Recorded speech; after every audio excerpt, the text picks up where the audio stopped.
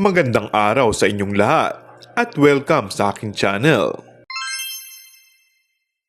Naganap ngayong araw ang MediaCon ng noontime show na It's Showtime para sa kanilang nalalapit na anibersaryo. Dito ay isa-isang sinagot ng mga host, partikular na mga main host at unkabogable na si Vice Ganda, ang mga isyu na kinakaharap ngayon ng mga host maging ang buong programa.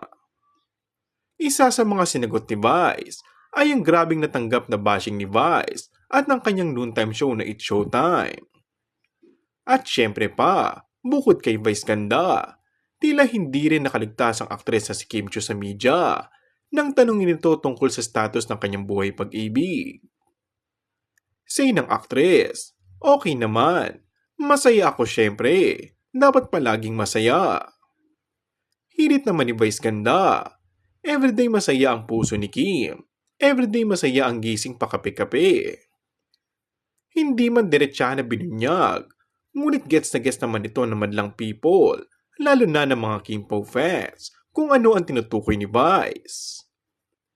Nagdag pa nito, hindi biro lang ang sabay harap kay Kim para sabihing mabuti ang puso ng aktres, kaya deserve nitong mahalin. Mensahe ni Vice kay Kim, maganda ka, mabuti kang tao, maganda ang mukha mo, maganda ang puso mo.